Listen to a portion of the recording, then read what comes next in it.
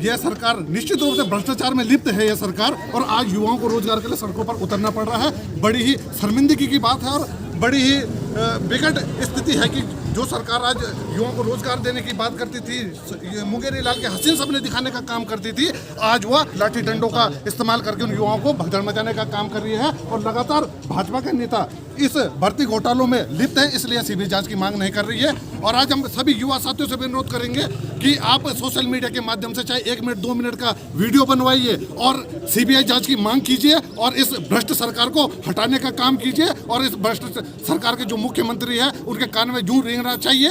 आप इस तरीके से अपना जो विरोध है उसको करने का काम करें। सोशल मीडिया के माध्यम से अपना विरोध